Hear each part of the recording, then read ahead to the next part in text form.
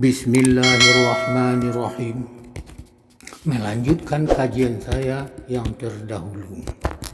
Daging. Rupanya daging, pada hakikatnya daging yang merah seperti timbago. Merahnya yang jernih, sampai terjali sifat Tuhan. Sifat Tuhan yang terjali, sifat Allah yang bernama Hakim. Kalau kuannya tetap, kalau luan tetap menjunjung kita Allah dan menjunjung kita Rasul. Hurek, rupanya hurek pada hakikatnya hurek yang kuning seperti kawet kuning, kuningnya yang jernih sampai terjali sifat Tuhan. Sifat Tuhan yang terjali, sifat Allah yang bernama kawi. Kalau kuannya ruku menyembah Allah.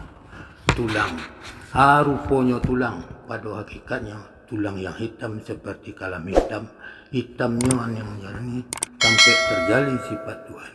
Sifat Tuhan yang terjadi, sifat Allah yang bernama Muhyi. Kalau kuannya sujud menyembah Allah.